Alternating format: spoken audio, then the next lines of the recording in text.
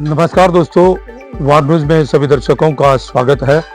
आज हम अपने दर्शकों को अंतर्राष्ट्रीय खबर बताने जा रहे हैं।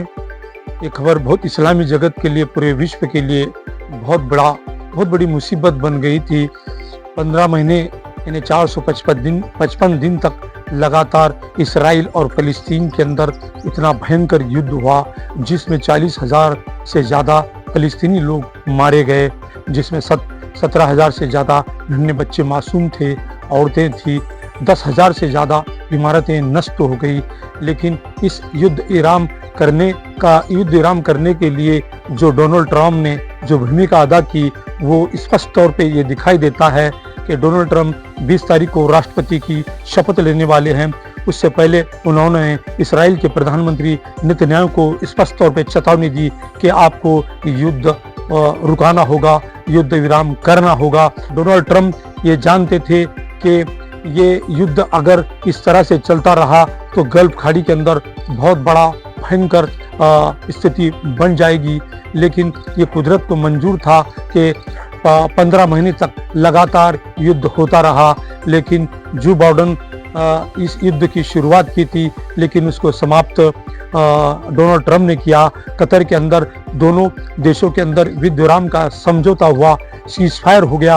और डोनाल्ड ट्रंप ये जानते थे कि ये युद्ध रुकवाने से उन्हें समूचे देश में शांति का एक मैसेज चला जाएगा। डोनाल्ड ट्रंप को इस बात का भी अंदाजा हुआ, कैलिफोर्निया और लॉस एंजल्स के अंदर आग जिस तरह चपेट में आई है, 70,000 एकड़ से ज़्यादा जमीन जल गई है, हजारों इमारतें नष्ट हो गई है। और डोनाल्ड ट्रंप ये जानते हैं कि ये कुदरत का कहर है, अगर हम इसको नहीं थामेंगे तो ये भयंकर होगा और अमेरिका के लिए आने वाला समय खतरनाक हो सकता है। डोनाल्ड ट्रंप को इस बात का अंदेशा हुआ होगा कि इस्लामी जगत के अंदर अगर जिस तरह से जो बाइडेन ने इसराइल की जिस सहायता की, जो मदद की, उस तरह से जो बाइडेन को परास्त होनी पड़ी और वो राष्ट्रपति चुनाव से बाहर हो गए। और डोनाल्ड ट्रंप को और अमेरिका की फिर से एक बार वहाँ की जनता ने जिम्मेदारी दी। ये कतर के अंदर जो समझौता हुआ, ये समझौते के अंदर तकरीबन 2,000 फ़लस्तीनी सैनिकों को रिहा करना और इसराइल के 200 से 250 सैनिकों को रिहा, जो बंधक बनाए गए उनको छोड़ने पर समझौता हुआ। मिस्र की जो बॉर्डर है, वो बॉर्डर को खोलने का भी, उस पर भी आम सहमति बताई गई। लेकिन नेतन्याहू के लिए बहुत बड़ी चुनौती है। इसराइल के अंदर उनके ही कैबिनेट मिनिस्टरों ने बगावत कर दी। यदि वो युद्ध विराम पर